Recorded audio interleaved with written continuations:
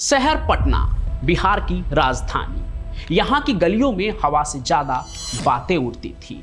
एक वक्त था जब हर नुक्कड़, हर चाय की दुकान पर बस एक ही चर्चा थी, और वो थी एक बेहद खूबसूरत लड़की की जिसका नाम था बॉबी। लोग कहते थे कि वो विधानसभा में काम करती थी, पर सच तो ये है कि उसकी पहचान उसकी नौकरी से नहीं बल्कि उसकी बेइंतहा खूबसूरती से थी। क्या पक्ष क्या विपक्ष, बड़े बड़े नेता तो बस उसकी एक झलक पाने के लिए उसके पीछे घूमते रहते थे। वो जहां से भी निकलती, बड़े बड़े नेताओं की आंखें बस वहीं ठहर जाती। उसकी एक निगाह पाने के लिए हर कोई तरसता था कि वो एक बार तो मेरी तरफ देख ले, और उसकी एक मुस्कान पर नेता खुश हो जाते थे, ऐसे कि जिंदगी की हर खुशी मिल गई। वैसे उस लड़की का बॉबी जो नाम था वो असली नाम नहीं था, वो तो श्वेत निशा त्रिवेदी थी, जो विधानसभा के लिए काम करने वाली एक प्राइवेट बोर्ड एक्सचेंज की ऑपरेटर थी। जानने वाले उसे बेबी कहते थे, लेकिन पसंद करने वाले बॉबी। और ये नाम उसे राज कपूर की सुपरहिट फिल्म से मिला था। कहते हैं उसकी सुंदरता के मुरीद कुछ लोग तो ऐसे भी थे जो उसे पाटलिपुत्र की नगरवधु कहते थे, यानी कि पटना की नगरवधु। पता है ना नगरवधु किसे कहते हैं? खैर, ये आप कमेंट में लिखिए, हम इस कहानी में आगे बढ़ते हैं। बॉबी असल में विधान परिषद की पूर्व स्पीकर राजेश्वरी सरोज दास की गोद ली हुई बेटी थी। इसी वजह से उसके कनेक्शन सत्ता के गलियारों में बहुत गहरे थे। मंत्री और विधायक उसके घर बस राजेश्वरी जी से मिलने के बहाने आते थे, जबकि उनका असली मकसद तो बॉबी की एक झलक पाना होता था।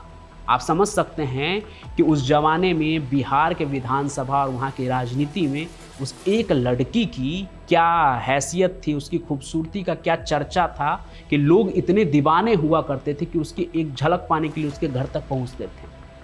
सब कुछ ठीक चल रहा था जब तक कि 8 मई 1983 की वो डरावनी रात नहीं आई। फिर एक फोन कॉल, 2 डॉक्टर और एक अनसुलझी पहेली। तो आगे क्या हुआ वो सुनिए। रात हो चुकी थी, तभी अचानक खबर फैली कि बॉबी की तबीयत बिगड़ गई है। उसे देखने के लिए एक नेता का बेटा रघुवर झा, कांग्रेस के एक बड़े नेता का बेटा था, एक डॉक्टर को लेकर बॉबी के घर पहुंचा। लेकिन एक अजीब बात हुई जिसने सब कुछ गड़बड़ कर दिया। रघुवर झा घर के अंदर नहीं गया, बल्कि अपनी गाड़ी अहाते में लगाकर बाहर ही बैठा रहा। डॉक्टर कमरे में गए जहां बॉबी लेटी हुई थी। उन्होंने नौकर निर्भय से पानी मंगवाया। ग्लास में पानी आया जिसमें उन्होंने एक दवाई घोली और बॉबी को पिला दिया। फिर डॉक्टर ने जाते जाते कहा, सुबह तक ठीक हो जाएगी, चिंता की कोई बात नहीं है। लेकिन जब सुबह हुई तो पूरा पटना एक अजीब सन्नाटे में था। चौराहों पर बातें एकदम शांत हो गई थी और दुकानों पर फुसफुसाहटें शुरू हो गई थी। विधानसभा वाली उस लड़की की मौत हो चुकी थी, यानी कि बॉबी की। ये कोई आम मौत नहीं थी, बल्कि सोची समझी साजिश थी।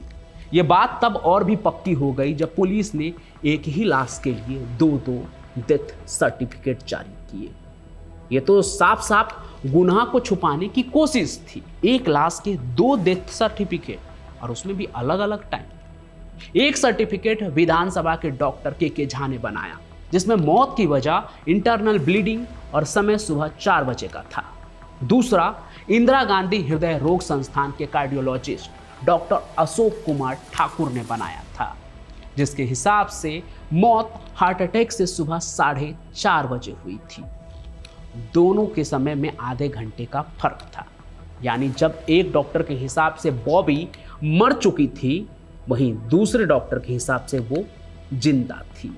इस झूठ से सब कुछ साफ साफ दिख रहा था, पर किसी को देखने की फुर्सत नहीं थी, क्योंकि लाश को मौत के 4 घंटे के अंदर ही जल्दीबाजी में दफना दिया गया।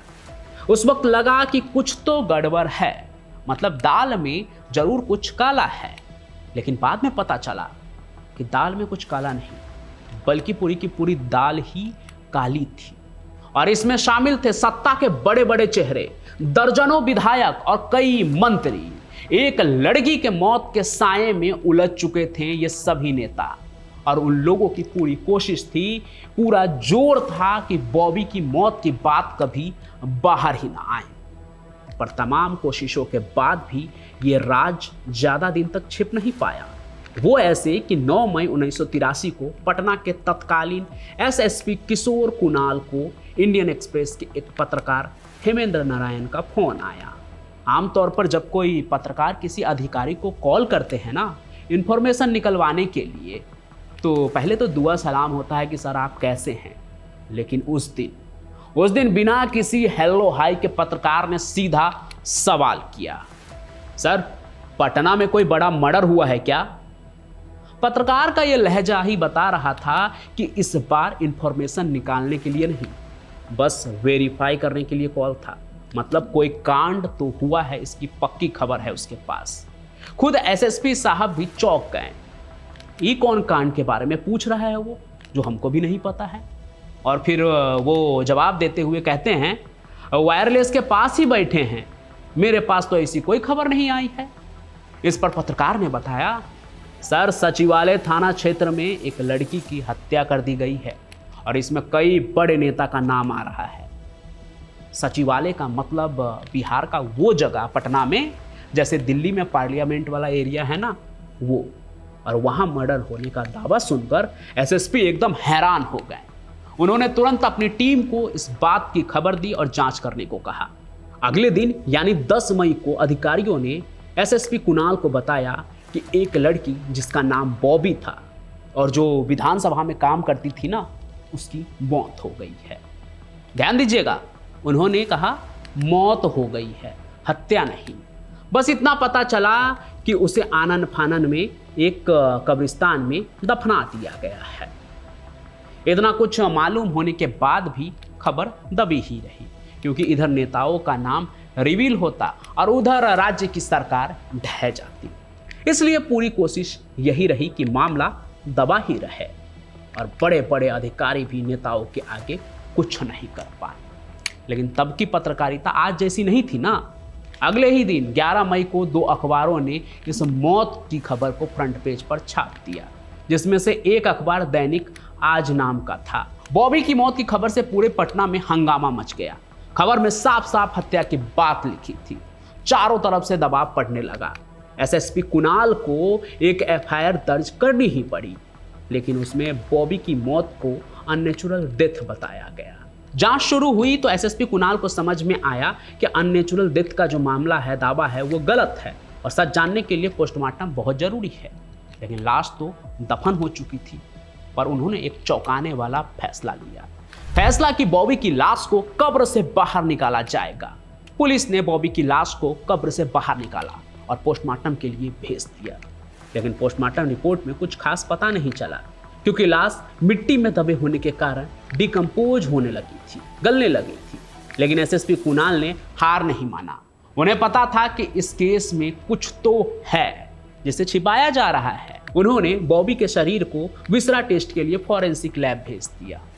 इसे भी आप एक तरह का पोस्टमार्टम ही समझ सकते हैं। बस विसरा जांच में क्या होता है, पूरे शरीर का नहीं बल्कि उनके बड़े अंगों की जांच होती है। मुख्तार वाला केस याद है ना, जब जहर देने की बात उठी थी तो उनके बॉडी सैंपल को भी विसरा टेस्ट के लिए भेजा गया था। खैर, कहानी में आगे बढ़ते हैं। 1 हफ्ते बाद विसरा टेस्ट की रिपोर्ट आई और नतीजे चौंकाने वाले थे। रिपोर्ट ने साफ साफ बता दिया कि बॉबी को मैलाथियन नाम का एक जहर दिया गया था, जो एक तरह का कीटनाशक होता है। अब यहीं से ये पूरा केस एक मौत नहीं बल्कि मर्डर का केस बन गया। विसरा रिपोर्ट के बाद पुलिस को ये यकीन हो गया कि बॉबी की मौत एक आम मौत नहीं बल्कि एक साजिश थी, एक हत्या थी। लेकिन किसने और क्यों, ये जानने के लिए पुलिस को चश्मे-दीदों की तलाश थी। पुलिस ने सबसे पहले उन 3 लड़कों को ढूंढना शुरू किया जो राजेश्वरी सरोज दास जी के घर के अहाते में रहते थे। पुलिस को लगा कि वही सबसे अहम गवाह हो सकते हैं। लेकिन पता चला कि वो तीनों अपने गांव गए थे, या फिर हो सकता है कि साजिश के तहत भेजे गए होंगे। तो पुलिस के हाथ अब एक बार फिर से खाली हो गए थे, मतलब केस फिर से मुश्किल हो गया था। तभी ठीक उसी वक्त एक और फोन बजा। पुलिस को खबर मिली कि उन 3 लड़कों में से एक लड़का निर्भय कुमार वापस आ गया है। 15 दिन के इंतजार के बाद एक अहम कड़ी मिल गई। निर्भय को तुरंत पकड़ लिया गया और उससे पूछताछ शुरू हुई। पूछताछ में निर्भय ने उस रात की पूरी कहानी बता दी और कहानी में एक और नया किरदार जुड़ गया, एक टेलीफोन ऑपरेटर त्रिशूलधारी सिंह। पुलिस ने उसे भी पकड़ लिया। अब 2 गवाह हाथ लग चुके थे। पुलिस ने दोनों गवाहों को जज सूर्यकांत मिश्र के सामने पेश किया। 25 मई 1983 को दोनों ने कोर्ट में अपना बयान दर्ज करवाया। त्रिशूलधारी सिंह ने बताया कि 7 मई की शाम राजेश्वरी सरोज दास ने उन्हें फोन कर कहा कि बॉबी की तबीयत खराब है। जब बाहर गए तो देखा कि डॉक्टर विनोद कुमार अपनी गाड़ी में खड़े थे। वो डॉक्टर और रघुवीर झा के साथ बॉबी के घर पहुंचे थे। त्रिशूलधारी के बयान के मुताबिक रघुवर झा गाड़ी में ही बैठा रहा। डॉक्टर विनोद और वो अंदर गए। डॉक्टर ने निर्भय से पानी मंगवाया, जिसमें कुछ दवाई घोलकर उन्होंने बॉबी को पिला दी। डॉक्टर ने कहा सुबह तक ठीक हो जाएगी, लेकिन ऐसा नहीं हुआ। त्रिशूलधारी ने कोर्ट में यह भी बताया कि 11 मई को जब उन्होंने बॉबी की खबर अखबार में पढ़ी कि उसकी मौत हो गई और वो सरोज दास जी से मिलने के लिए गए, तो उन्होंने उन्हें धमकाया और कहा जमाना बहुत खराब है, तुम यहाँ मत आया जाया करो। शाम में रघुवर झा ने भी फोन करके उसे धमकी दी त्रिशूलधारी सिंह को कि अगर बात खुली तो या तो हम रहेंगे या तो तुम। वहीं निर्भय कुमार ने भी त्रिशूलधारी की बातों को सही साबित किया। उसने बताया कि घटना के करीब आधा महीने पहले रघुवर झा और बॉबी का झगड़ा हुआ था, जिसके बाद बॉबी ने खुद उससे कहा था कि उसकी रघुवर से बात बंद हो गई है। निर्भय ने यह भी बताया कि कई मंत्री और विधायक बॉबी के घर आते जाते रहते थे। दोनों गवाहों के बयान से एक ही बात साफ हो गई, शक की सुई अब रघुवर झा और उसके साथियों की तरफ थी। जैसे जैसे जांच आगे बढ़ रही थी, सत्ताधारी पार्टी के चेहरे सामने आ रहे थे। मुख्यमंत्री जगन्नाथ मिश्र पर दबाव बढ़ने लगा। जब पुलिस ने कोर्ट में गवाहों का बयान दर्ज करा दिया और मामला एकदम साफ हो गया, बारी आ गई कि अब आरोपियों को गिरफ्तार किया जाए, तभी अचानक बिहार सरकार ने बॉबी मर्डर केस की जांच जो है वो सीबीआई को सौंप दी। ये एक हैरान कर देने वाला फैसला था, क्योंकि इससे पहले जब नेता प्रतिपक्ष कर्पूरी ठाकुर और खुद एसएसपी जो किशोर कुणाल थे, उन्होंने सीबीआई जांच की मांग की थी, तो उसे अनदेखा कर दिया गया था। लेकिन जब पुलिस ने सबूत जुटा लिए थे, मामला साफ हो गया था, सिर्फ और सिर्फ आरोपियों को गिरफ्तार करना था, आरोपी यानी कि बड़े बड़े नेता, तब इसे सीबीआई के हवाले कर दिया गया केस। तो इसके बारे में कहते हैं कि जब कोर्ट में गवाहों के बयान दर्ज हो गए और पुलिस एकदम तैयार थी कि अब एक्शन लेंगे, आरोपियों को गिरफ्तार कर लेंगे, यानी बड़े बड़े नेता लोगों को, तो ठीक उसके बाद ही क्या हुआ, 2 मंत्री और 40 विधायक मुख्यमंत्री जगन्नाथ मिश्र के दफ्तर में पहुंच गए थे। उन्होंने मुख्यमंत्री को धमकी दी कि अगर मामला सीबीआई को नहीं सौंपा गया तो उनकी सरकार ही गिरा देंगे, यानी पलटी मार लेंगे सारे विधायक एक साथ। अब आप सोच रहे होंगे कि जब पुलिस गड़बड़ करती है तो जाती है जांच सीबीआई के पास, यहाँ सीबीआई के पास ये लोग खुद क्यों जाना चाहते थे, क्योंकि वहाँ तो और सख्ती से जांच होती है। तो ये जो भी मंत्री थे और विधायक थे ना, इनको पूरा भरोसा था कि सीबीआई में उनका अपना आदमी है जो इनके दामन पर दाग नहीं लगने देगा, और ऐसा ही हुआ भी। जब सीबीआई की रिपोर्ट आई तो हर कोई दंग रह गया। जिस केस को बिहार पुलिस ने मर्डर केस साबित किया था, उसे सीबीआई ने आत्महत्या बता दिया। सीबीआई की रिपोर्ट में कहा गया कि बॉबी अपने बॉयफ्रेंड से धोखा मिलने के कारण परेशान थी और उसने डिप्रेशन की दवा ज्यादा खा ली थी। उनकी रिपोर्ट के मुताबिक बॉबी ने एक सुसाइड नोट भी लिखा था, जिसे सरोज दास के कहने पर निर्भय ने जला दिया था।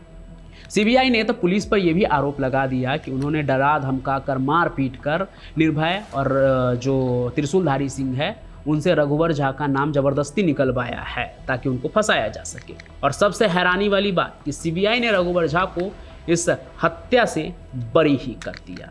आपको पता है, जिस बॉबी पर बॉयफ्रेंड के होने का आरोप था, जिस बॉबी की खूबसूरती के इतने चर्चे थे, उसकी 2 शादी भी हुई थी। एक पहले पति के साथ तो उनका रिश्ता खत्म हो गया था और दूसरे पति से कहते हैं कि 2 बच्चे भी थे, लेकिन वो कौन थे इसके बारे में कोई जानकारी नहीं है। कोई जानकारी है तो उसके खूबसूरती और उसके मौत के बारे में, मौत क्या उस हत्या के बारे में जिसे बाद में आत्महत्या में बदल दिया गया, और जिस पर शक था उसे आज़ाद भी कर दिया गया रघुवर झा को सीबीआई के द्वारा।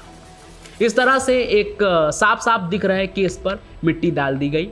सीबीआई ने अपनी रिपोर्ट में बॉबी की मौत को एक आत्महत्या बताकर फाइल बंद कर दी, जैसा कि मैंने अभी बताया। यानी कि अब 42 साल हो गए हैं, लेकिन बिहार में ये चर्चा आम है कि ये कोई आत्महत्या नहीं बल्कि एक सोची समझी हत्या थी, जिसमें सत्ता के गलियारे में बैठे कई बड़े नेता शामिल थे।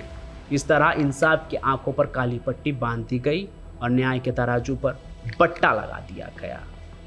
और ये सिर्फ ऐसा नहीं है कि लोग कहेंगे कि उस वक्त ही हुआ, अभी अब लगभग 1 दशक होने को है और बालिका गृह कांड भी एक ऐसा ही एग्जाम्पल है जिसमें बड़े बड़े नेता के नाम शामिल थे और केस कहाँ है किसी को कुछ पता नहीं। और ऐसे बहुत सारे केस हैं बिहार में। अगर आप वो कहानी भी सुनना चाहते हैं तो #बिहार क्राइम कनेक्ट लिख के आप उस टॉपिक का नाम जरूर लिखिए कमेंट में।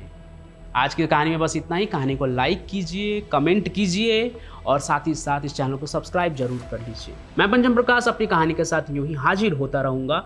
तब तक के लिए आप सभी का बहुत बहुत धन्यवाद।